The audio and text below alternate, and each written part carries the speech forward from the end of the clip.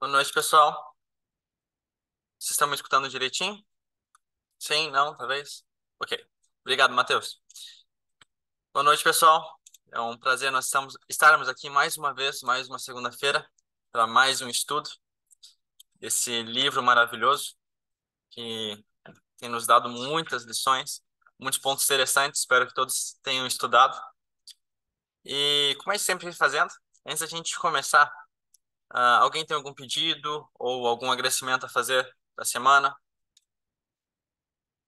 E logo mais nós começamos o nosso estudo. Eu acho que gostaria de começar agradecendo pela semana, né? Que tem começado muito boa. Alguns imprevistos, alguns problemas, mas Deus ajuda a lidar com isso, né?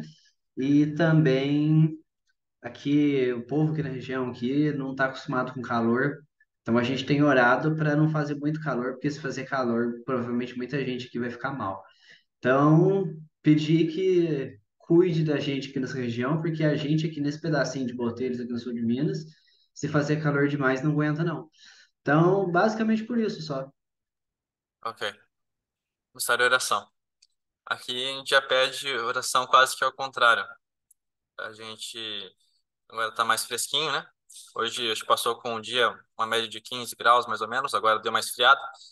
E o estado lançou alerta amarelo, né? Todos sabem que teve uma baita de uma enchente aqui no estado, choveu bastante e amanhã é para voltar, tá se formando um ciclone novamente sobre o estado e é para cair bastante chuva. Então, pedir oração também, né? Que não afete novamente as pessoas que já foram afetadas, perderam tudo, outras que perderam familiares também, né?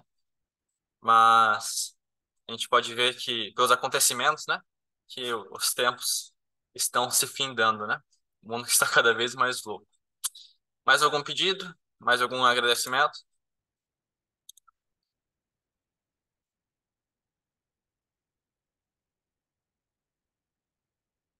Acho que não havendo, vamos começar então com uma oração.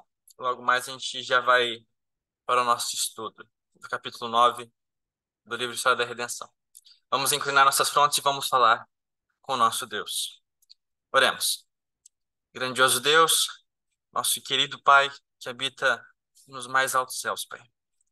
Senhor, nós estamos muito gratos mais uma vez por nós estarmos mais uma vez aqui na Sua presença, Pai. Nós vamos estudar o livro de História da Redenção novamente, mais um capítulo. Nós pedimos que o Senhor esteja com a gente, Pai. Que a gente possa aprender novas verdades, Pai. Que nós possamos colocar em prática o que nós aprendemos também. Que nós possamos reforçar também nas nossas mentes o que o Senhor deseja para cada um de nós. Que o seu Espírito Santo, que o Espírito Santo conduza esse estudo, Pai, por favor. Eu peço tanto pelas ondas de calor que estão ocorrendo na maior parte do Brasil, Pai, que o Senhor possa cuidar das pessoas, que nada de mal aconteça. Também pedimos aqui, principalmente aqui no nosso estado, no Rio Grande do Sul, que não chova muito, Pai, por favor, para que não afete outras pessoas. Mas seja feito unicamente a sua vontade. Continue nos cuidando, Pai, nos abençoando, nos guardando. Isso que nós lhe pedimos, nós lhe agradecemos em nome de Jesus. Amém. Pessoal, eu peço que se todos puderem ligarem as câmeras para a gente ficar mais pertinho. Eu acho que assim fica melhor até para o nosso estudo. Mas, então, hoje o capítulo 9, passado pela nossa amiga Bianca. Contigo, Bianca. Ok, olá a todos, o meu nome é Bianca e hoje eu vou passar para vocês o capítulo 9, uma parte do capítulo 9, e fala sobre a Torre de Babel. Então, eu vou usar a história da redenção, como ele é muito resumidinho, assim, a história de Babel, sobre a Torre de Babel, eu vou usar o Patriarcas e Profetas. Então, vão ter momentos que eu vou ler o Patriarcas e Profetas e momentos que eu vou ler a história da redenção. Então, vamos começar lendo a história da redenção. Alguns dos descrentes de Noé logo começaram a apostatar. Uma parte seguiu o exemplo de Noé e obedeceu aos mandamentos de Deus. Outros foram descrentes e rebeldes e nem mesmo tinham a mesma ideia quanto ao dilúvio. Alguns descriam da existência de Deus e, em sua própria mente, atribuíam o dilúvio a causas naturais. Outros criam que Deus existia e que fora ele quem destruíra a raça antediluviana pelo dilúvio e seus sentimentos, como os de Caim. Ergueram-se em rebelião contra Deus, porque ele destruiu da terra o povo e amaldiçoou a terra pela terceira vez, por um dilúvio. Então, o que que a gente vê aqui? Que Deus formou dois grupos. Um grupo que cria que Deus existia e que o dilúvio foi enviado por Deus, e outro grupo que acreditava que Deus não existia e criam que o dilúvio foi uma causa natural. Pode falar, Mateus. Então, uma coisa que eu achei interessante aqui, né? Logo no comecinho, é o quão é fácil se apostatar, né? Porque tinha acabado de acontecer tudo, eles já tinham provas de tudo que havia acontecido, eles estavam lá vendo as coisas que aconteceram, eles ainda viam, vamos falar assim, as recentes coisas que aconteceram no dilúvio, a história estava muito viva na mente deles, mas ainda assim ele já estava se apostatando. Então, é muito fácil a gente se apostatar, a gente crer na mentira, a gente fazer parte do engano. E eu acho que a gente tem que tomar muito cuidado com isso. Verdade. Satanás está a todo momento, né? Querendo que a gente peque, querendo levar a gente pro mal, né? Então, vamos continuar. Aqueles que eram inimigos de Deus sentiam-se diariamente reprovados pela justa conduta e piedosa vida daqueles que amavam, né? Obedeciam e exaltavam a Deus. Os descrentes consultavam entre si e decidiram separar-se dos fiéis, cuja vida justa era uma contínua restrição à sua ímpia conduta. Viajaram a certa distância para se afastarem deles e escolheram uma vasta planície para habitar. Então, construíram uma cidade e conceberam a ideia da edificação de uma grande torre que alcançasse as nuvens para que pudessem habitar juntos na cidade e na torre, e não mais fossem dispersados. Então, eles pensaram assim, já que havia dois grupos. Os descrentes, eles não queriam ficar do lado dos crentes, porque quando a gente faz alguma coisa errada e a gente sabe que tá errado, e vê outra pessoa fazendo certo, a gente fica com aquele peso no coração, né? Tipo, eu tô fazendo o errado e eu sei que eu posso fazer o certo. E ninguém gosta de sentir isso, né? Esse sentimento não é bom. Ninguém gosta de sentir mal por dentro, né? Então, eles pensaram, por que que a gente passa mal? Estamos passando mal à toa. Então, vamos para longe. E como diz o livro, eles foram para uma vasta planície. E eles queriam habitar em eles queriam fazer uma grande cidade, né? Uma grande torre para eles habitarem todos juntos. E o interessante é que o Patriarcas e Profetas diz que essa torre era mais alta que as águas do dilúvio alcançaram. Então, era uma torre enorme, né? A gente, eu não consigo imaginar, né? A altura dessa torre. E o interessante é que dizem que a torre eram salas mobiliadas. Então, a gente pode dizer que era tipo um prédio, né? Que tinham salas, cada andar era uma sala. E no Patriarcas e Profetas diz assim, que quando a torre se completara parcialmente, parte dela foi ocupada como habitação de seus construtores, e outros compartimentos esplendidamente aparelhados e ornamentados eram dedicados aos seus ídolos. Então, eles não adoravam a Deus, no caso, né? E eles separavam-se em lugares, imagina assim, uma sala enorme, com as melhores coisas, com tudo arrumadinho assim para os deuses, né? Então, era algo muito chique, né? Para os deuses, infelizmente. Pode falar, Matheus. Então, uma coisa interessante, duas coisas interessantes, você tá uma aqui lá atrás, outra para frente, né? É que quando eu fui fazer estudos aqui, eu já estudei muito sobre a origem dos povos. Eu estudei muito sobre a origem dos povos, então eu acho muito interessante sobre isso. Estudar sobre como as línguas se formou e tudo mais. E quando a gente vê, basicamente, na origem das religiões, basicamente, a gente vê uma semelhança entre as regiões semíticas, que são os filhos de Sem, as regiões cananitas, que são os filhos de Cã, e as regiões jafenitas, que são os filhos de Jafé, que são os três filhos de Noé, né? Toda a humanidade é descendência desses três filhos. E quando a gente olha para o estilo de religiões dele, você vê que os jafenitas, principalmente os jafenitas, eles têm um estilo de religião muito mais ligado à família. É o famoso culto ancestral. E isso desde os povos indo-europeus quanto os povos asiáticos. Então, chineses, japoneses, todos eles são descendentes do mesmo tipo, do mesmo filho, né, que seria no caso Jafé. E eles têm o mesmo tipo de religião, que é aquela religião ligada aos ancestrais. Então, os meus deuses são os meus parentes que morreram há muito tempo atrás. É por isso que quando a gente começa a ver os deuses gregos, os deuses nórdicos e vários outros deuses, eles são simplesmente homens divinizados. Então eles sentem raiva, eles sentem tristeza, eles se machucam, eles podem morrer e diversas coisas diferentes. Então eles são homens que foram divinizados devido a essa ideia de culto. Então quando a gente já começa a entender aí o ódio que eles sentiam por Deus, porque na cabeça deles era o seguinte: os meus deuses, as pessoas que eu tinha mais de importante, que era a minha família, Deus matou. Deus simplesmente matou todo aquele povo e tudo mais. Depois ele pegou e expulsou eu, expulsou meu irmão. Então a gente vê como que o povo foi criando raiva por Deus de algo que eles mesmos tinham feito.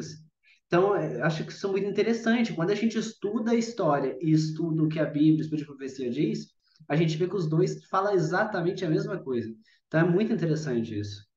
Vou comentar muitas coisas sobre mitologia comparada, porque é muito interessante. Sim, tranquilo.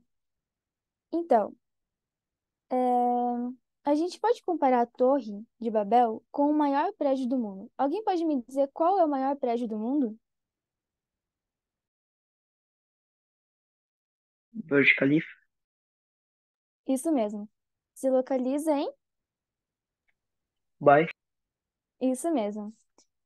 E o Burj Khalifa tem 828 metros de altura e 163 andares. Então, é um prédio enorme, né? Tanto que as pessoas têm que tirar foto de longe para conseguir captar toda a, a torre, né?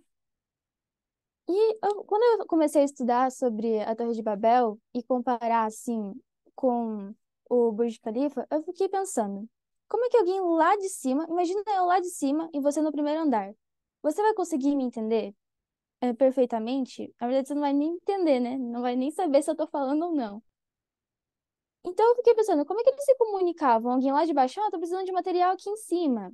Como é que a pessoa lá de baixo ia saber? Daí, a gente estudando Patriarcas e Profetas diz o seguinte, que foram estacionados homens em diferentes pontos, devendo cada um receber os pedidos de material de que se necessitava, ou outras instruções relativas à obra, e transmiti-las ao que estavam imediatamente abaixo. Então, em cada andar tinha um porta-voz que falava, lá em cima eles precisam de madeira, precisam disso, daquilo, sabe? Isso é muito interessante. Pode falar, Roberto. Você falando desse prédio aí que é o maior do mundo hoje, pode ser considerado que a Torre de Babel, se eles fizeram algo maior do que o dilúvio, no capítulo do Patriarcas e Profetas anterior, no capítulo 8, né, diz que as águas subiram 15 côvados, que dá mais ou menos 800 metros, né? Então, possivelmente aí a torre pode ser aí que é um pouco maior até do que esse prédio aí, que é o maior de hoje. Porque o texto diz que subiu um pouco, eles fizeram mais do que o normal, né? Do que as águas subiram. Como era 15 côvados e a medida bate aí mais ou menos em 750 metros, 800. Então, possivelmente aí é um bom prédio para se vislumbrar o tamanho da Torre de Babel, porque obviamente o ponto deles era chegar até as nuvens, né? Mas Deus não permitiu. Então era para ser maior, e eu acho interessante isso pelo fator de que a gente entende que hoje nós somos mais inteligentes, que hoje a gente tem uma capacidade talvez mental melhor do que aquele povo, e que é um erro, porque o pessoal construiu um prédio que hoje é um dos maiores hoje aqui, mas eles construíram naquela época com com menos facilidade do que hoje, né? Porque hoje você não precisa ter cada um em um andar. Hoje você pega um telefone, me manda aí tanto. Vem um carro cheio de areia, cheio de coisa, você pega e sobe ele por alguma coisa aí, sobe até o andar e faz. Então era muito mais fácil hoje do que antigamente. Ou seja, o pessoal de antigamente tinha um raciocínio muito, né? E até é colaborado isso no próprio Patriarcas e Profetas. Tem um capítulo onde Ellen White fala sobre isso, os antediluvianos, que eles tinham, sim, capacidades até maiores do que a nossa. Então, a gente não... É porque é dito isso durante os filmes e etc., de que pessoal da Idade da Pedra, da Idade, né, vocês não são inteligentes, mas não é assim. Toda vez, né, a inteligência vai melhorando no sentido de que as coisas vão facilitando, mas eles fariam coisas assim, com certeza, se a gente tivesse lá naquela época, a gente ia ficar de boca aberta com algumas coisas que eles faziam, assim como a gente fica hoje com algumas coisas que a gente vê acontecendo e a gente fica, nossa, como que conseguiu fazer uma coisa dessa? Então é a mesma proporção, vamos dizer assim. Verdade.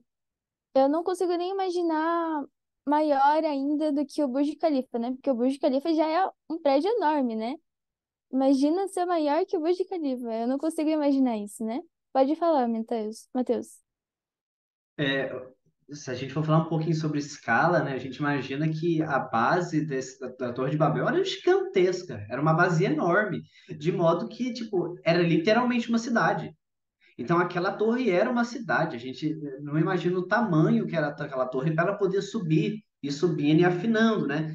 E a gente novamente vê isso na mitologia comparada, que todo o povo de todos os lugares sempre tiveram fascínio por pirâmides, né? Em todos os lugares sempre houveram pirâmides que ia começar numa base larga e ia se afinando e tudo mais. Então a gente vê isso na cultura aqui na América, a gente vê isso na cultura do Egito, a gente vê na China. Então sempre houve essa fascinação por pirâmides, porque a pirâmide, vamos falar assim, se você quer construir uma coisa alta, o melhor jeito possível é fazer uma pirâmide, porque não cai de jeito nenhum. Se você imaginar que o dilúvio não foi apenas chuva caindo, mas foi terremoto, foi água saindo de dentro da terra, você precisa de algo que resista. E a melhor coisa para isso é uma base piramidal, né? Algo que suba até acima. Então, era um negócio gigantesco que a gente não consegue nem sequer fazer ideia do jeito que era aquilo. Era algo realmente incrível, né? E a gente vê, como já foi comentado, que dentro desses lugares haviam salas todas enfeitadas com ídolos e tudo mais. Só que uma coisa interessante é que a gente olha aqui e eles eram idólatras, porém existia dois grupos de ímpios nessa época. Existiam os ímpios que não acreditavam em Deus e os ímpios que acreditavam que Deus era mau. Só que não tinha os ímpios que acreditavam em outros tipos de deuses e tudo mais. Por que que eles eram idólatras? Porque pega e fala que eles seriam como deuses e governariam o povo. Então, os deuses, para eles, seriam eles mesmos. Eles, os pais deles, os filhos, eles seriam os deuses. A gente vê essa confirmação, por exemplo, em diversas histórias diferentes de mitologia. Então a gente vê que durante toda a história, em todo lugar do mundo, sempre apareceu gente falando que era filho de Odin, que era filho de Thor, que era filho de Zeus e que era filho de Apolo, porque essa ideia, e de fato eles eram, mas não de um deus, mas sim eles eram descendentes de um homem que foi se proclamado como deus e tudo mais. E aqui é a raiz de toda a idolatria. A raiz da idolatria surge aqui, quando começa a adorar a criatura, os homens, no lugar de Deus. Aqui começa. Então, é interessante como que algo bom é transformado em algo muito ruim. O amor pela família, pelos familiares, pelos antepassados, se torna numa obsessão onde começa a haver uma questão errada, né? Uma questão de idolatria, uma questão de divinizar, de ser todo-poderoso, de esquecer aquilo que foi a obra de Deus. Então, eu acho isso muito interessante. E além disso que o Matheus falou, é a segunda vez que a gente vê a questão da cidade ser algo negativo, né? A gente já viu lá com Caim que ele construiu uma cidade, colocou o nome do filho dele, que Caim claramente não fazia a vontade de Deus, e agora novamente os ímpios fizeram uma cidade onde Deus falou para que eles pudessem se espalhar. Então, novamente, a questão do ir contra o que Deus manda. Então, não é tudo que Deus pede para nós, se a gente fizer, é para o nosso bem. É isso que a gente crê. Senão, Deus seria mal e aí não teria sentido nenhum, que é justamente o que aquele povo pensava. E eu acho interessante que o Mateus pontuou aí, de como é rápido mesmo a apostasia, porque olha, eles acabaram de ver um dilúvio, o povo viram ali o que aconteceu. Antigamente eles tinham uma mentalidade muito mais forte que hoje, então eles gravavam tudo facilmente. Com certeza ali todo mundo sabia o que aconteceu e mesmo assim não. Fica claro aí que eles ainda imputaram em Deus o mal do dilúvio, que foram eles mesmos. A gente tem um texto da irmã White que diz que Deus não queria matar ninguém, né? Deus queria matar, destruir o pecado. Como eles se agarraram ao pecado, eles morreram. Assim como cada um de nós também temos que saber que o fogo vai vir e a gente só vai ser pego por ele se a gente abraçar o pecado e não soltá-lo. Então, Deus não quer destruir nenhum de nós no fogo, né? Mas, infelizmente, muitos, espero que nós não, vamos querer ser destruídos. Então, o eu, novamente aí, é o que o Mateus pontuou, né? O, a idolatria era eles mesmos, por quê? Porque eu vou ser o meu próprio Deus, né? Eu vou ser eu. Então, o eu na verdade, é o primeiro ídolo que a gente precisa destruir. Na verdade, é o único, na verdade, né?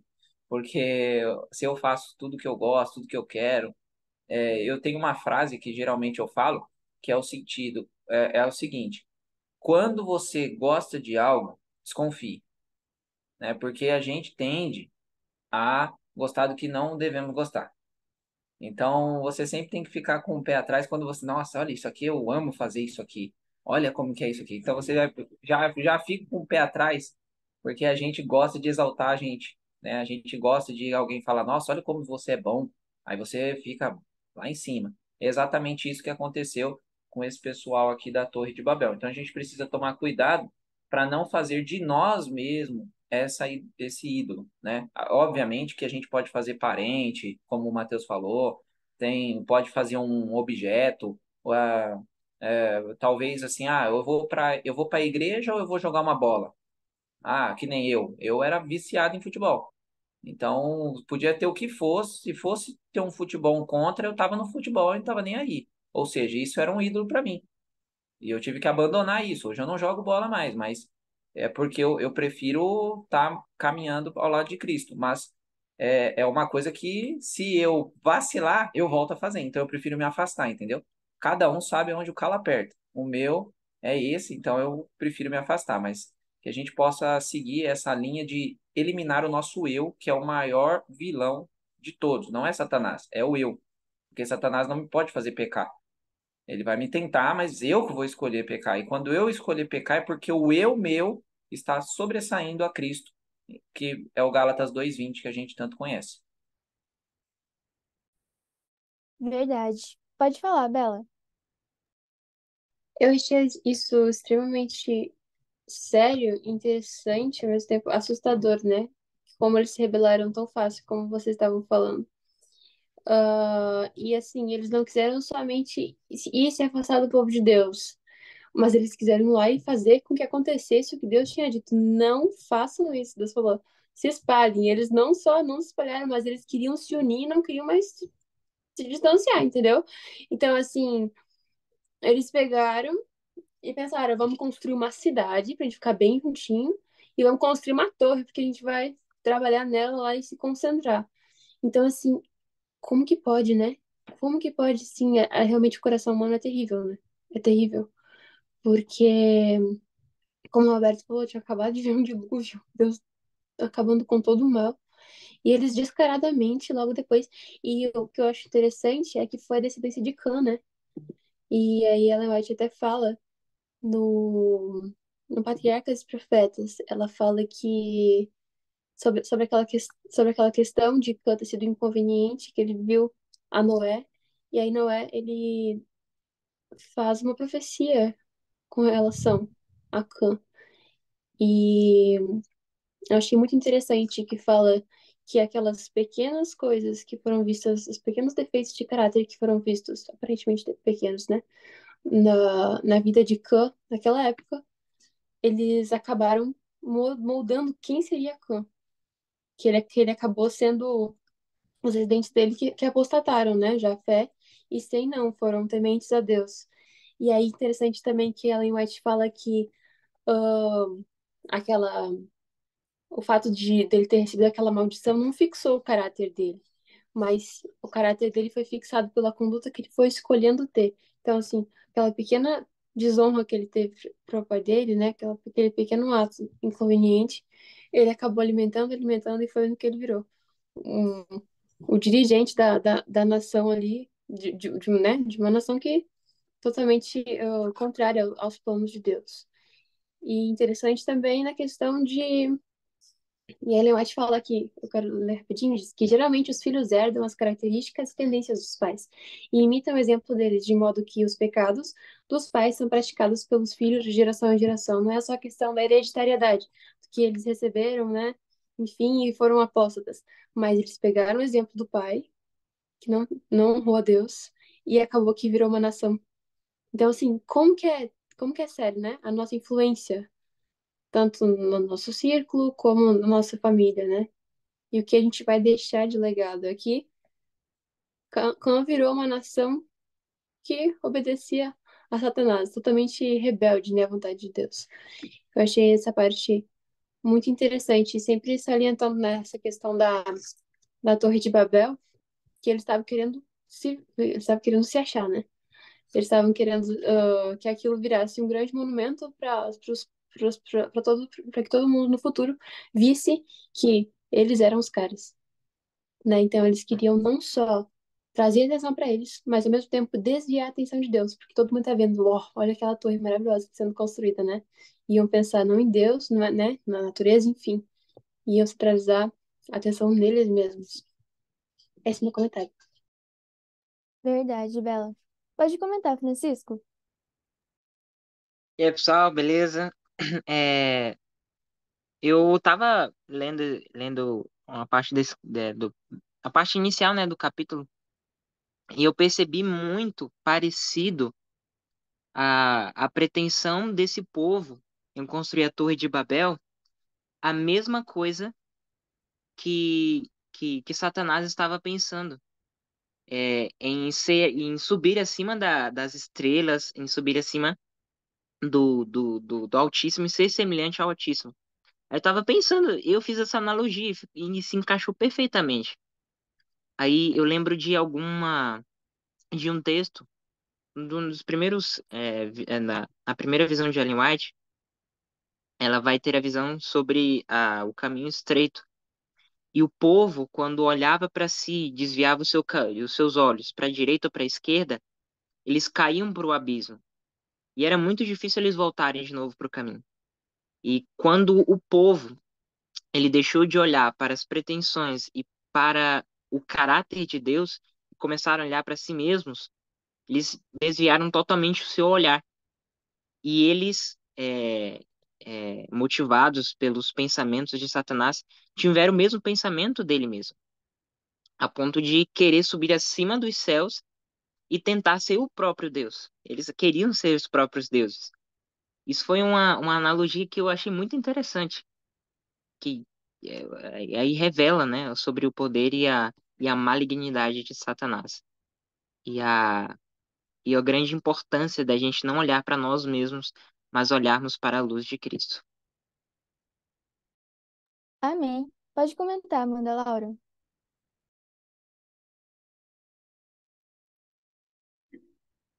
Pode falar.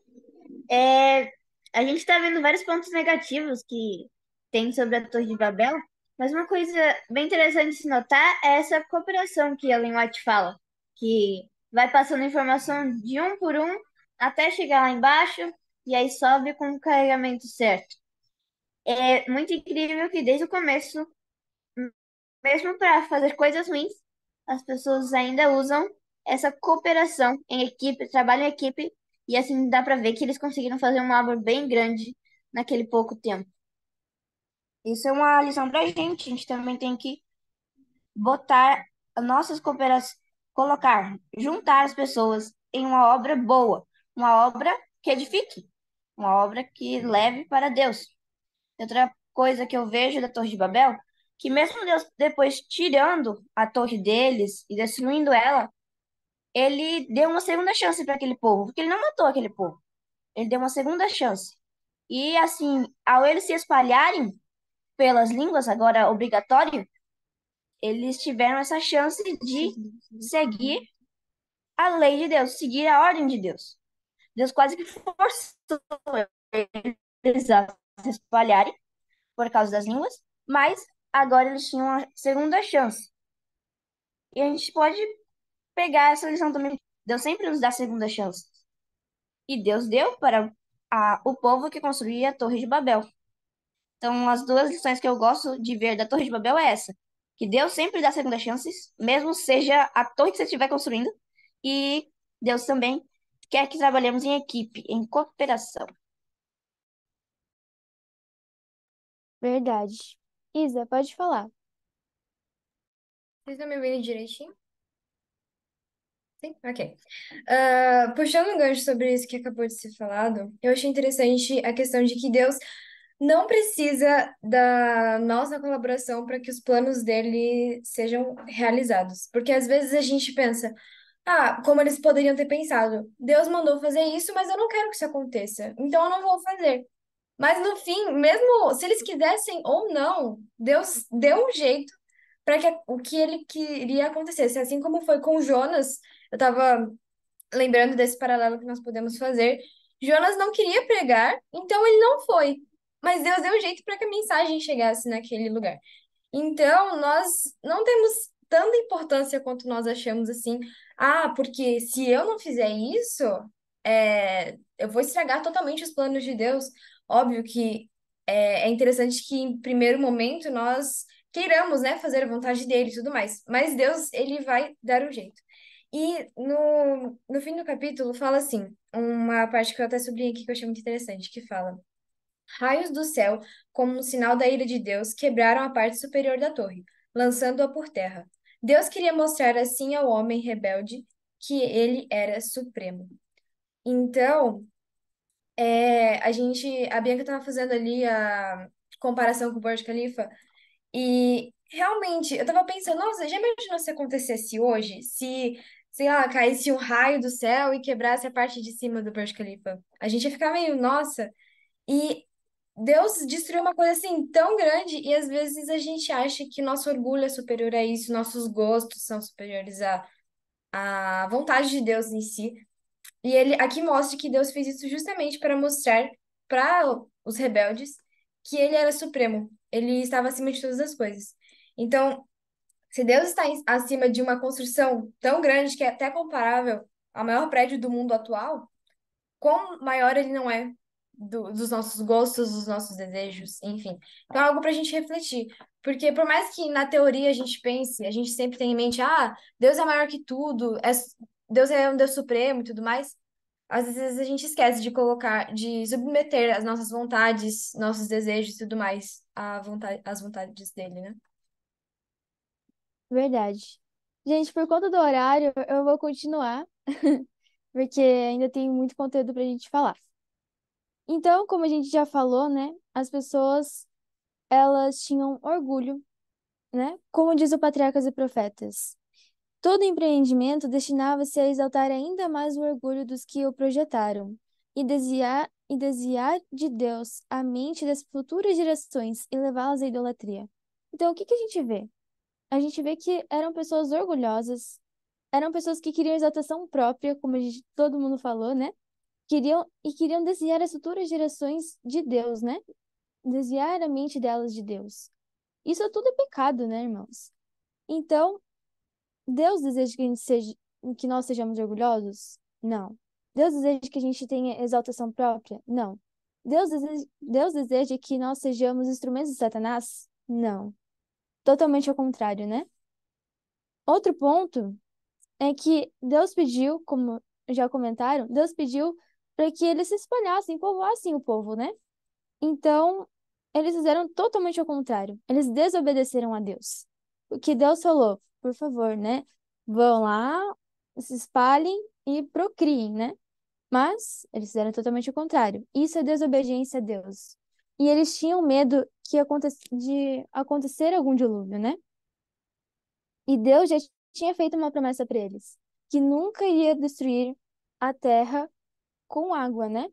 Tanto que Deus fez uma aliança, né? Mostrou arco-íris para eles. Isso é um ponto muito interessante, que quando Deus fala algo, ele cumpre. E eles não acreditavam nisso, eles tinham falta de fé. Então, alguns pontos que nós podemos tirar aqui, claro, a gente tem vários pontos, mas o que eu gostaria de tirar agora, né, seria que nós não sejamos orgulhosos, não tenhamos exaltação própria, não queremos, né? Porque toda exaltação tem que ser a Deus, né? A Ele tem que ser a honra, a glória e o louvor. E que nós não sejamos instrumentos de Satanás, mas sim de Deus, levar as pessoas a Deus e não desviá-las, né? Então agora vamos ver mais informações sobre a história da Torre de Babel. E, gente, continuando aqui, acho muito interessante que eles estavam fazendo todo esse trabalho, eles estavam arrumando, subindo, descendo. E aqui na história da redenção, diz o seguinte: exaltaram-se contra Deus. Ele, porém, não lhes permitiria completar o seu trabalho. Já no Patriarcas e Profetas, ele faz um comentário bem interessante que diz assim: Deus suporta longamente a perversidade dos homens, dando-lhes ampla oportunidade para o arrependimento. Mas nota a todos os seus expedientes para resistirem à autoridade de sua santa e justa lei. De tempos em tempos, a mão invisível que segura o cetro do governo estende-se para restringir a iniquidade. Prova inequívoca é dada de que o Criador do universo, ser infinito em sabedoria, amor e verdade, é o supremo governador do céu e da terra, e de que ninguém pode impunemente desafiar o seu poder. Então a gente pode ver ali que nós temos um grupo de pessoas, a gente não sabe o número delas, né? Mas, como já foi comentado, era uma coisa estupenda, gigante, né? Para a gente conseguir ter uma estrutura daquele tamanho. Então a gente pode considerar que tinha um bom número de pessoas, né? A gente não sabe quantas, mas era um número até muito bem considerado. E o interessante é que aqui no Patriarcas e Profetas dá mais detalhes, né? E uma curiosidade que eu achei muito interessante, que aqui no História da Redenção, o capítulo é o capítulo 9, no Patriarcas e Profetas, quando fala da Torre de Babel, é o capítulo 10, e em Gênesis é o capítulo 11 que fala da Torre de Babel. Uma pequena curiosidade que eu acabei anotando. Mas voltando ao assunto principal, né? E interessante que o Patriarcas e Profetas ele dá mais detalhes e ele conta que mesmo dentro desse grande grupo de pessoas que estavam contra Deus, né? Porque era um desafio direto a Deus, né? Não, o Senhor mandou a gente espalhar, a gente está se juntando aqui numa cidade e a gente vai construir um império que vai abranger o mundo inteiro, né? E Ellen White chega a comentar que foi a primeira vez que Satanás tentou fazer uma ordem mundial, né? Tava muito fácil para ele, todo mundo falava a mesma língua, né? A gente vai comentar um pouquinho mais sobre isso mais adiante. E interessante que fala que mesmo assim, mesmo dentro daquele grupo, havia algumas pessoas que eram tementes a Deus. Uma coisa que eu achei incrível. Ellen White fala que elas haviam sido enganadas pelas ideias, né? E o que os ímpios haviam planejado, mas mesmo assim tinha algumas pessoas justas no meio deles. Acho interessante que Deus, mesmo, vê a misericórdia de Deus, né? Mesmo assim, mesmo eles se rebelando, Deus ainda deixou algumas pessoas no meio deles para mostrar ainda, né, qual é a diferença do ímpio e do justo. E é interessante que fala assim, aqui no Patriarcas e Profetas, conta que os que temiam o Senhor clamavam ele para que intervisse. Então, diz que Deus desceu para ver a torre que eles estavam edificando. É muito interessante e ver que o clamor dos justos nunca passa por alto perante Deus, né? Leon White fala que a oração mais simples do menor, né, do mais simples dos justos, ele alcança o trono da graça. É uma coisa incrível, né? E mesmo com todas essas injustiças, a gente sabe que o final é feliz para quem serve a Deus. Mas a gente já continua, vamos ver os comentários. Mateus, pode comentar, por favor. Sim, é uma coisa interessante, né? Para a gente ter mais certeza da historialidade, nem sei se essa palavra existe, mas da historialidade do que está sendo relatado, né? É que a gente vê que nesse momento, no momento quando Deus desce e pega né, desceu, confundiu as línguas, nesse momento é o momento que é o início dos povos, né? Porque antigamente era tudo uma coisa só, era um povo só, era uma nação só. Só que então Deus vem, desce, confunde a língua e agora surgem os povos. E esses povos agora, que foram separados nesse momento, começam a se espalhar. Eles vão se espalhando para vários lugares diferentes, né? Só que uma coisa muito interessante é que a gente, como já foi lido, mas diz assim, ó, Deus queria mostrar assim ao ser humano rebelde que ele era supremo. E o que que ele fez para demonstrar que ele era supremo? Ele destrói com raios, né? Ou seja, quando Deus pega e manda aqueles raios em cima das torres e aqueles raios vão destruindo tudo, olha que coisa incrível. A gente vê que o povo liga aquela ideia como símbolo de poder. Então, quando a gente vai ver na cultura, tipo, por exemplo, a gente vai falar de Baal, Baal era o deus do quê? Era o deus das chuvas, era responsável por raios e tudo mais. Quando a gente vai para a cultura nórdica, tem Odin, que é o pai de todos, e o filho de Odin é o deus do raio, do mesmo modo. Depois você tem também a ideia de Zeus, o deus supremo, que também é o deus do raio. Então, isso é o que a gente chama de memória compartilhada, né?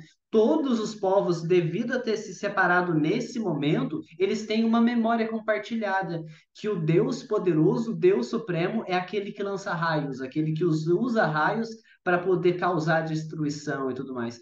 Então a gente vê o que é memória compartilhada, como que isso vai separando e como isso comprova toda a historicidade do que a gente está vendo aqui hoje. Verdade, é incrível, né, Matheus? Interessante, é um ponto, já passo para o próximo comentário, só dar um adendo aqui também. Interessante que a gente for ler, na Bíblia fala que Deus diz, né, desçamos e vamos ver o que está acontecendo ali embaixo, né? E já aqui, a história da redenção fala que Deus enviou dois anjos. E o patriarca e os profetas falam que Deus enviou um anjo.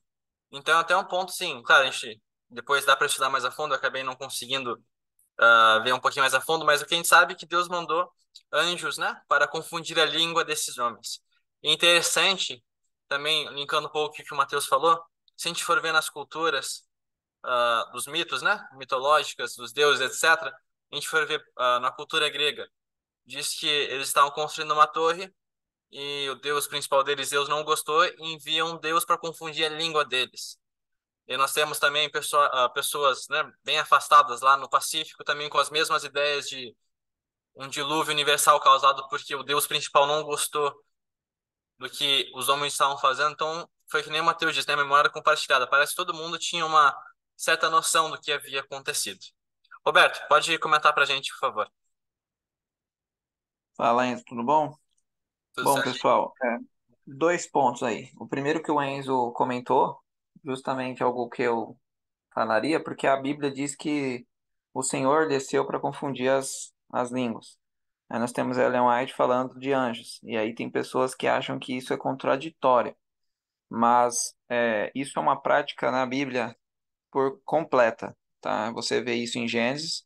Você tem uma outra ideia muito clara quando Jesus está com aquele centurião e o centurião vê que Jesus tinha autoridade sobre algo e ele fala: "Não, só fala que eu sei que vai acontecer". Ou seja, isso se chama o ministério dos anjos. Inclusive, para nós entendermos Apocalipse, precisamos entender esse ministério dos anjos. Porque logo no início do Apocalipse também fala que era um evangelho de Deus para Jesus, para um anjo, que o anjo passou, mas Ellen White fala que o próprio Jesus passou, e aí o outro fala que o Espírito Santo passou, e você fica, ixi, agora? Quem que está falando? Ou seja, para que vocês entendam isso de modo prático e rápido, quando você passa uma informação para alguém na cultura bíblica, essa pessoa que fez, ela não leva o crédito, e sim quem mandou. Então, suponhamos aqui essa questão da Bíblia diz que o Senhor desceu e confundiu as línguas. Ellen White fala que foi dois anjos. O que que acontece com isso? Quem enviou os anjos lá para fazer? Foi o Senhor.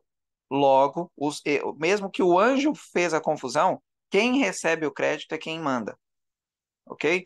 Então, não tem nada de contraditório. Na verdade, foi Deus através dos anjos, isso se chama o ministério dos anjos, que é o Deus Espírito que comanda os anjos, tá? Então, o Espírito comanda os anjos e tudo que o Espírito pede para um anjo fazer, no fim, Deus leva o crédito. Por quê? Porque Deus faz todas as coisas. Não tem, um anjo não faz nada sem que Deus permita que ele faça. E a mesma coisa acontece comigo e com você. Quando eu e você faz uma boa obra, não é eu que estou fazendo. É Jesus que está fazendo, é Deus que está fazendo em nós essa obra. Então o crédito não deve ser nosso. Acho que assim ficou mais claro para vocês entenderem, né? Então, tudo que acontece de bom é Deus que faz através ou do anjo, ou de você, ou de mim, ou seja lá de quem for. Então, o crédito sempre vai para o Senhor, mesmo que tenha sido feito por um anjo, pelo Espírito, por Jesus ou por Deus. Jesus mesmo, ele vai até o centurião e ele fala, né? Então, vai que a tua fé vai curar. A tua fé curou o seu amigo lá, o seu servo. E aí ele vai e isso acontece. Jesus não saiu do lugar. Inclusive, Jesus não curou ninguém, né? Jesus mesmo diz que de mim nada posso fazer. Ou seja, isso colocando todo o crédito para Deus. Jesus não trouxe crédito para si como homem, tá? Ele jogou todo o crédito para Deus. Então é exatamente isso que quer dizer o texto. Não tem nada de contraditório, simplesmente os dois anjos fizeram o que Deus mandou, o crédito fica para quem manda, porque é Deus que faz todas as coisas. Um Ô, outro ponto que Roberto, eu queria. Oi, só acrescentando uma coisa, uma informação, porque a gente voltando um pouquinho atrás, a gente já vê isso. Quando um rei mandava um mensageiro, aquele mensageiro não podia ser morto de maneira alguma, porque se aquele é, mensageiro fosse morto, era como se estivesse assassinando o próprio rei. Então, é sempre essa mesma ideia. O mensageiro, quem estava fazendo o serviço, sempre tinha um papel de ser o próprio que estava levando. E boa, você Matheus. tem um exemplo das autorias, né, dos livros da Bíblia. É, exemplo, Paulo era o autor, mas a maioria das vezes eram os escrivãos que escreviam toda a ideia, né, de Paulo. Sim, exatamente. É isso aí, gente. Então não é nada assim muito bicho de sete cabeças, né? Mas é porque tem pessoas que usam esse texto para dizer que Ellen White é uma falsa profeta. Então aqui a gente viu que na Bíblia tem muitos elementos mostrando claramente que isso não é verdade, tá? Não é porque um anjo fez, ou seja lá quem for que fez, que Deus não é o autor desse pedido ou dessa como que diz? Dessa ação, tá? Um outro ponto que eu gostaria de falar antes de vocês prosseguirem é o caso aqui dos parágrafos 78 e 79 do Patriarcas e Profetas, aonde diz ali que os edificadores de Babel tinham alimentado o espírito de murmuração contra Deus ao invés de gratidão. E isso é algo que a gente precisa melhorar, tá? Falando por mim, a gente às vezes é muito ingrato com Deus, tá? Deus faz tanto por nós, tudo na verdade por nós, e muitas vezes a gente esquece de agradecer, mas quando acontece alguma coisa é muito fácil a gente se queixar e murmurar. E a gente precisa, como cristão, ser diferente do que a maioria é. E por que que eu estou dizendo isso? Porque a grande maioria sempre joga a culpa em Deus. Por exemplo, se você vai num velório, quem que é o culpado da pessoa ter morrido? A pessoa sempre vai falar, oh, por que que Deus levou ele, que não sei o quê, e aí é sempre a culpa é de Deus. Isso é uma artimanha de Satanás para tirar o dele, tá? E jogar sempre Deus como um tirano, Deus como esse povo acreditava. Então a gente precisa tomar cuidado quanto a isso. Um segundo ponto, para eu parar de falar aqui, é a parte que diz que os homens de Babel tinham se decidido estabelecer um governo que fosse independente de Deus.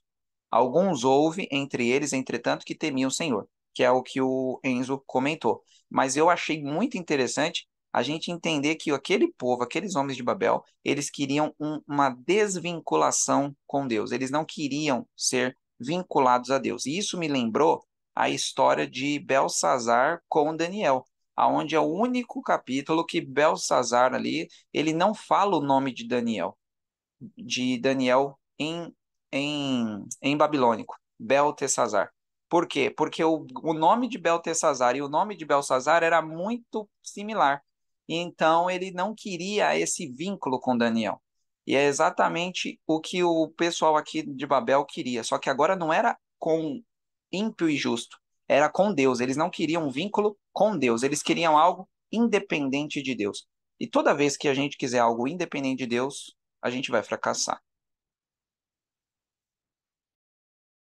Verdade. Muito obrigado, Roberto. Pontos bem interessantes e muito edificantes. Amanda e Laura podem comentar também? Uma das primeiras partes que aparece na leitura bíblica é quando ele começa a construir a torre, já aparece e Deus desceu para ver a construção. Quando Deus desce, não é porque ele precisava saber o que estava acontecendo lá. Deus sabe de tudo. Mas quando ele desce para fazer um juízo da Torre de Babel. E ele desce para a nossa altura para fazer um juízo que nós entendamos. Por Então, igual por também. igual. Para que a gente não pense, Deus julgando, então, não é alguém que já desceu ao nosso nível, não é alguém que conhece as nossas coisas. Embora Deus naquela época não tivesse descido ainda à terra, como Jesus veio, ele desce do céu para ele ver aos seus próprios olhos. Ele já sabia, mas ele desceu à altura para fazer um juízo. Isso acontece várias vezes na Bíblia. Com Ló, Deus desce para ver a cidade de Sodoma e aí faz o juízo, para que a gente possa perceber que o juízo de Deus sempre é feito quando a gente, quando ele, quando ele desce. O juízo dele é feito quando ele está na nossa altura. Ele não vai fazer um juízo que a gente pensa que é arbitrário. Ou até absurdo, às vezes. Ele sempre desce para fazer um juízo que a gente entenda, que a gente possa compreender o que ele está fazendo. Então, quando ele desceu para ver a Torre de Babel, os justos que estavam lá perceberam que não era um Deus qualquer que eles serviam, era um Deus que se descia para fazer um juízo. E eu acho isso muito interessante, que Deus sempre está querendo estar perto de nós, mesmo quando ele vai julgar. Verdade, muito obrigado pelo comentário, mano. Então, gente, continuando, como a Bianca tinha comentado antes, e também foi alguns outros comentários de vocês, eles não tinham telefone, né? Pro que estava lá em cima avisar os lá de baixo, né? Eu preciso de tantos, vamos dizer, tantos quilos de cimento, entre aspas, né? E então, aqui explica que havia camadas. Então, imagina aquela torre gigantesca, as pessoas que estavam trabalhando lá em cima vão gritando para as que estão no próximo andar, preciso de tanta coisa, vai descendo. E agora, quando Deus desce, né? E agora confunde as línguas, eu fico imaginando que confusão, né? Contando que Babel significa isso, né? No judeu, no hebraico. E pedia uma coisa e vai comentando aqui, né? Daí ia pro próximo, daí o próximo já fala de frente pro outro e pro outro. Chegava lá embaixo, era uma coisa totalmente diferente do que os primeiros haviam pedido. E quando chegava lá em cima, eles ficavam bravos, né? Imagina, pediam uma quantidade X de tal coisa e chega uma outra quantidade de outra coisa. E acredito que ia ter criado brigas e são ímpios, né? Provavelmente até derramamento de sangue entre eles. Então imagina que coisa terrível, né? E como eu comentei, Babel no hebraico significa confusão. E já na língua original, na verdade, o primeiro significado deles, né? Antes de os hebreus pegarem e darem um segundo significado de confusão, né? De destruição. Babel significa Bab e El. Bab é portal e El é Deus. Então, portal dos deuses. Ou também daria para falar, né? Um outro portal para Deus. Então, exatamente o que o ser humano vem fazendo desde que ele caiu, né? Procurando outro caminho para a salvação do jeito dele e não do jeito de Deus. Então, ali já começa a confusão e aquela briga toda e acaba que não tem mais como seguir o trabalho, né? O trabalho praticamente para completamente. E eu fico imaginando a tristeza e a raiva deles, né? Porque imagina, eles estavam ali macumunando contra Deus e querendo fazer planos, né? Para chegar até os céus, porque alguns queriam que se chegasse até os céus, eles iam descobrir a causa do dilúvio. Então imagina que doideira, a arrogância do ser humano, né? Então agora eles se dividem e se espalham por toda a Terra. Algum comentário sobre isso? Senão a gente já pode continuar.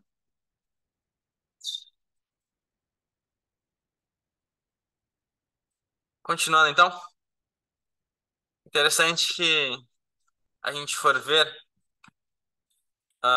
na Bíblia, no capítulo anterior, no capítulo 10, fala sobre os descendentes de Noé. É bem interessante ver, e a gente pode linkar com as nações, né, que foram criadas depois, com os descendentes, né, de Sem, Cão e Jafé. E ali no versículo 9, versículo 9, fala sobre, 8 e 9, na verdade, fala sobre Nimrod. Nimrod foi quem era o arquiteto, ou a mente por trás, né, dessa grande construção. Interessante que no paganismo, havia muitos deuses, né? E se for ver, sempre as principais divindades eram pai, mãe e filho.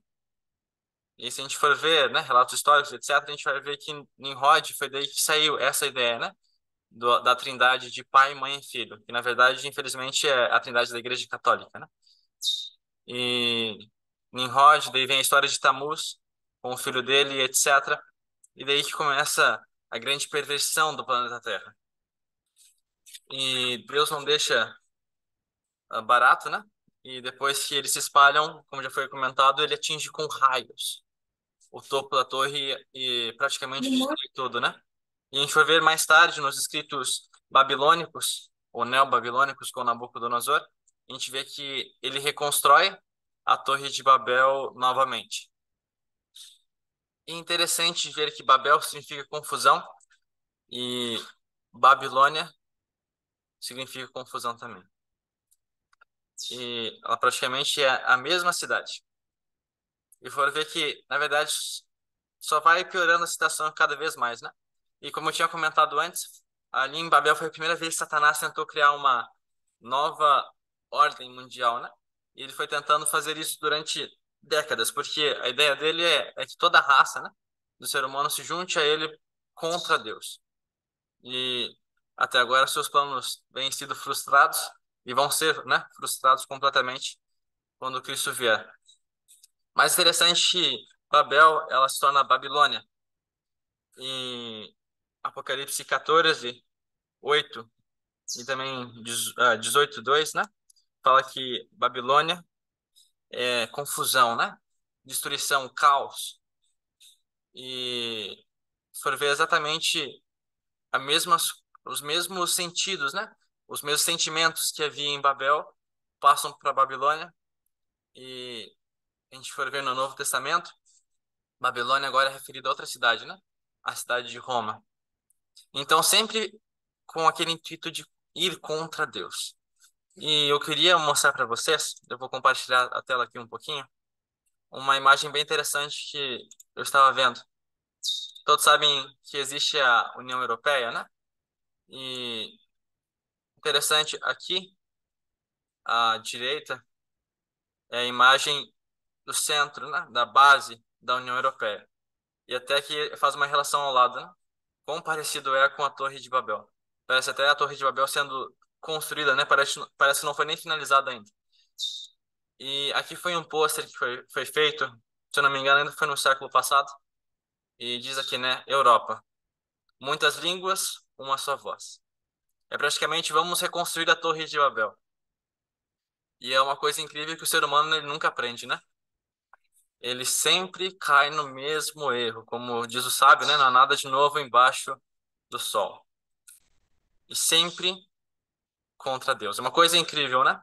E vamos fazer o seguinte, eu vou abrir para comentários, depois já vamos nos encaminhando para o final. Ah, Roberto, quer comentar? Eu vou ter que dar uma saída aqui. Eu queria só mostrar que eu achei muito interessante essa parte aqui do finalzinho do Patriarca dos Profetas, onde diz que no professo mundo cristão, muitos se desviam dos claros ensinos da Bíblia e edificam um credo com especulações humanas e fábulas aprazíveis. Apontam para a sua torre como um caminho para subir ao céu. Ou seja, o eu, né? Eu acho que é isso, então eu gosto disso, então é isso que eu vou fazer e pronto. E o parágrafo 79.4 diz que muitos procuram fazer um céu para si mesmo, obtendo riquezas e poder. Tratam maliciosamente de opressão, falam arrogantemente, pisando os direitos humanos e desrespeitando a autoridade divina. O orgulho pode, por algum tempo, estar em grande poder e pode ver o êxito em tudo que empreende, mas no fim encontrará apenas decepção e desgraça. E aí finaliza, tipo, falando: o tempo do juízo de Deus está próximo. E é exatamente, eu acho que o que aconteceu na torre acontece hoje. Só que a gente é diferente em alguns pontos, né? A gente não está construindo uma torre literalmente, mas a gente está colocando muros entre nós e Deus. Quando a gente não, eu quero comer o que eu quiser. Quando eu quero ouvir o que eu quiser. Eu quero fazer do jeito que eu quiser. Aí nós colocamos esses muros não e atrapalham Deus a mudar a nossa vida.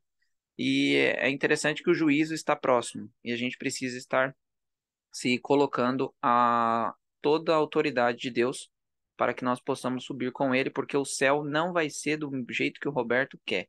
O céu é do jeito de Deus e o Roberto que tem que se enquadrar a o que Deus gosta. Então, hoje a gente quer um céu do jeito que a gente gosta, do jeito que a gente quer, e não vai ser dessa forma que vai ser. Então, que a gente possa estar, diferentemente desses construtores de Babel, unidos a Deus, colocando o gosto de Deus em cada um de nós, para que nós cheguemos no céu e fiquemos felizes com o que nós vamos ter lá.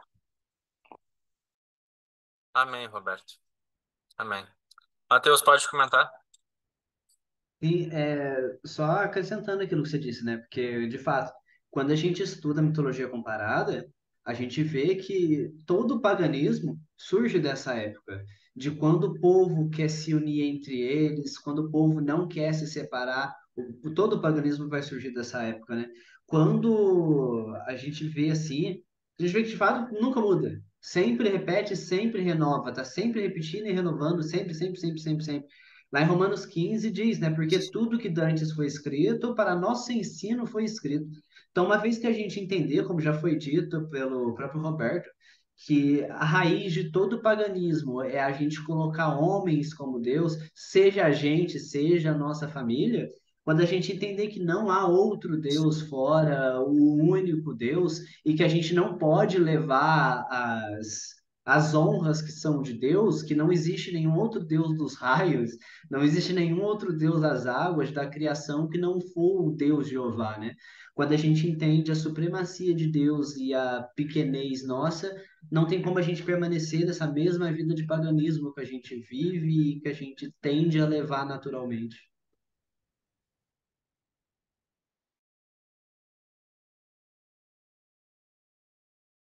Tá mutado, mutado. Achei que tinha ligado. Desculpa. Obrigado aí, Matheus.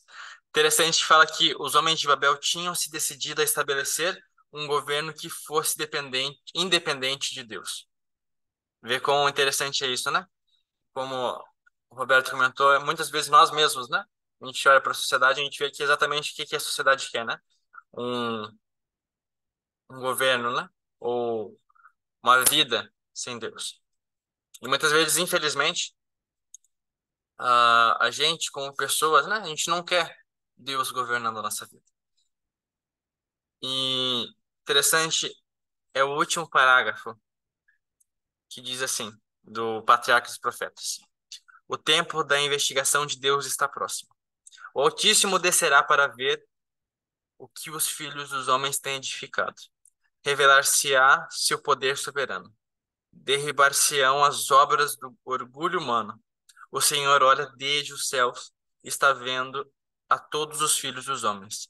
Da sua morada contempla todos os moradores da terra. Salmos 33, 13 e 14. O Senhor desfaz o conselho das nações, quebranta os intentos dos povos. O conselho do Senhor permanece para sempre, os intentos do seu coração de geração em geração. Então, muitas vezes, se a gente for olhar no mundo hoje, né? Até estava lendo o livro do Gabriel Monteiro, que acabei esquecendo o nome, mas é alguma coisa retirada das trevas, alguma coisa desse tipo, né? O nome do livro. E é muito forte o livro, contando como ele foi resgatado das trevas, né? Ele foi dedicado a servir Satanás antes de nascer. E ele passou alguns anos da vida dele servindo Satanás, convivendo com demônios. E ali ele só reforçou a visão que eu já tinha, né? Que o mundo jaz do maligno. Tudo, não há nada. A gente acha muitas vezes que se a gente votar numa pessoa, se votar no outro, vai melhorar, ou o que ele tem mais, os nossos interesses, ou etc. Mas na verdade tudo está mancomunado para exaltar Lúcifer, né? Satanás.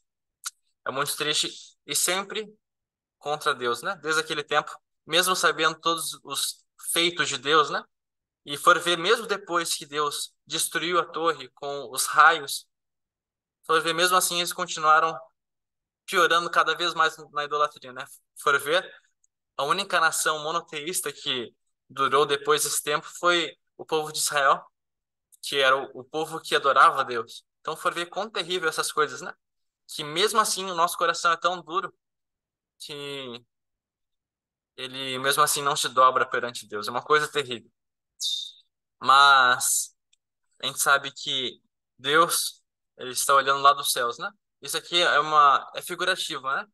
Como se Deus fosse parar um momento, né? Como se fosse descer. Mas Deus, ele sabe de tudo, né? Ele é onisciente, onipresente, ele sabe antes do que todos nós, né? O que vai acontecer. E ele tem as rédeas do mundo. Então, o que nós queremos, né? Deixar para vocês é que nós possamos derrubar as torres de Babel da nossa vida, né?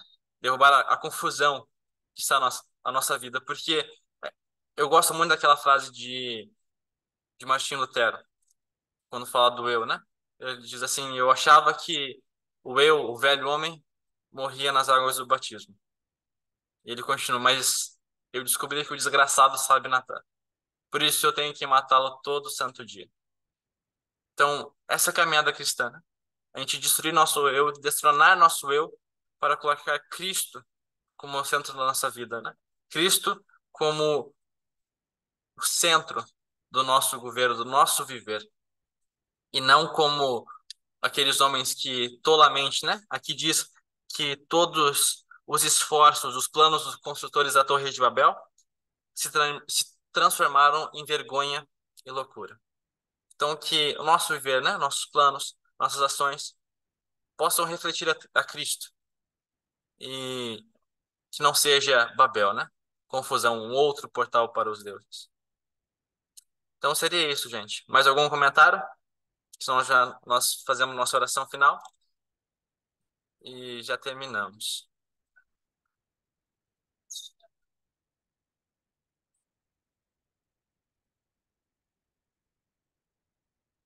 Nós podemos finalizar com uma oração, então. Bianca, pode orar para a gente, por favor? Oro sim. Oremos. Querido Pai que está nos céus, muito obrigada, Pai, pelo tudo que tivemos agora. Estudamos sobre a história da Torre de Babel. Que o Senhor nos ajude a não sermos iguais a eles, Pai. A gente quer ser de Ti, Pai. Nós queremos seguir tudo o que o Senhor nos pedir, Pai. Que nós não sejamos orgulhosos, que nós não nos exaltemos, que nós não sejamos instrumentos de Satanás, Senhor, mas que nós sejamos os seus instrumentos, que nós levemos as pessoas aos seus pés, Pai. Cuide de nós e nos dê uma boa noite. Em nome de Jesus, amém. Amém, gente. Então, uma tarefa para vocês essa semana, né?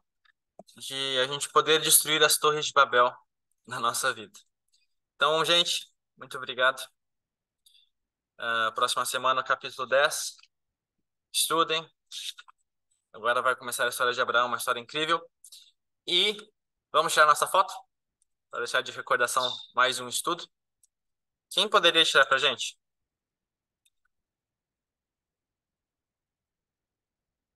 Acho que eu não consigo tirar por aqui. Ninguém mais estiver disponível aí, eu posso tirar. Pode ser então. Pode tirar pra gente então, cara. Vamos lá, então. No 3. 1, 2, 3. Aí. Vai? Ok. Depois manda lá pra gente, tá no Zoom, já tá aberto o grupo. E eu acho que era isso. Tem alguma coisinha pra falar, Bela? Não? Tá ok, então. Gente, também a gente está formulando algumas regrinhas, né? Pro grupo. E logo mais a gente vai mandar lá, né, Bela? Vamos terminar, arrumar elas e já depois mandamos lá para vocês. Mas muito obrigado novamente, gente. Estudo maravilhoso, sempre é maravilhoso, né? E cada vez mais a gente sai mais cheio, com mais conteúdo e cada vez melhor, né? Rumo à Canaã Celestial. Mais uma boa noite a todos e até a próxima semana. Tchau, tchau. Fica com Deus todo mundo. Boa Boa noite, noite, gente.